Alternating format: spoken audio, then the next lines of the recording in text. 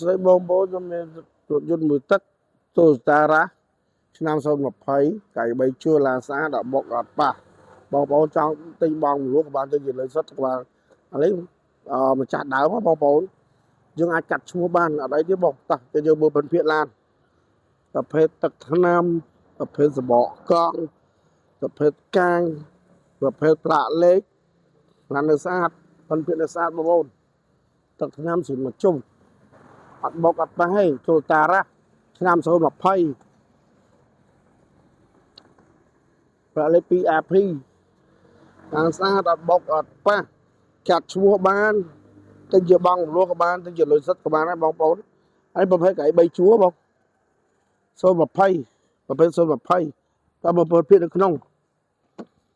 ផែនខាងតកង់ខាងចកោតខាងតាប់ឡូខាងចង្កឹះលេខសូមពូកអីគឺនៅស្អាតបងប្អូនប៉ុន្តែភាគវានៅស្អាតទៅមានលហែកអីទេដៃជានៅស្អាតទ្វាអីនៅស្អាតទាំងអស់បងប្អូនហើយប្រភេទកៅអី3ជួរចង់ទិញបងមលក់ក៏បានចង់ទិញជាលុយសុទ្ធក៏បានដែរបងប្អូនប៉ុន្តែភាគវាស្អាតបងប្អូននៅកៅអីដល់ក្រោយប៉ុន្តែវាបងប្អូនអាចមើលបាន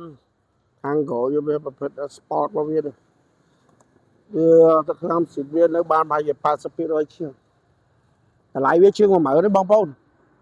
ពេញលេងលក្ខណៈគ្រួសារ